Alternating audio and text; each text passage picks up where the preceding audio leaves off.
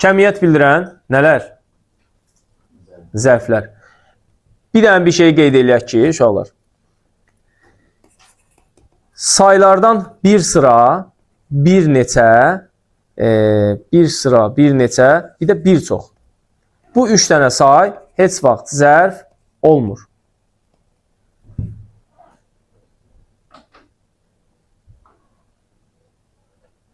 Külli miqdarda sözdə zərf kimi işlənə bilir.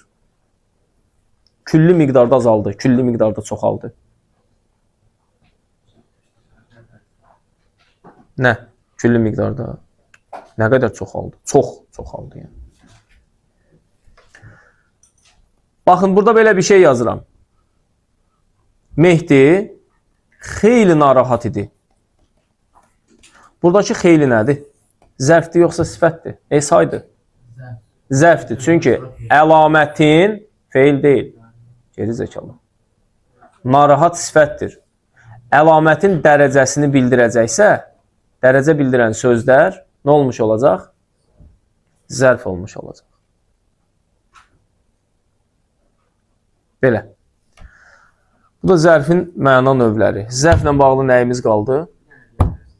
Bir dənə. Hə, deyirəm də bir dənə. Bu cür sözlərdən, kəmiyyət, miqdar bildirən sözlərdən sonra sifət gələndə bu əlamətin dərəcəsini bildirdiyi üçün say yox, zərf sayılacaq. Oldu? Keçirik sonra. Necə? Keçirik nəyə? Zərf əsasən cümlədə zərflik olsa da bütün cümlə üzvləri vəzifəsində iştirak edə bilir. Məsəl üçün, mübtəda olur, xəbər olur, tamamlıq olur və təyin belə ola bilir.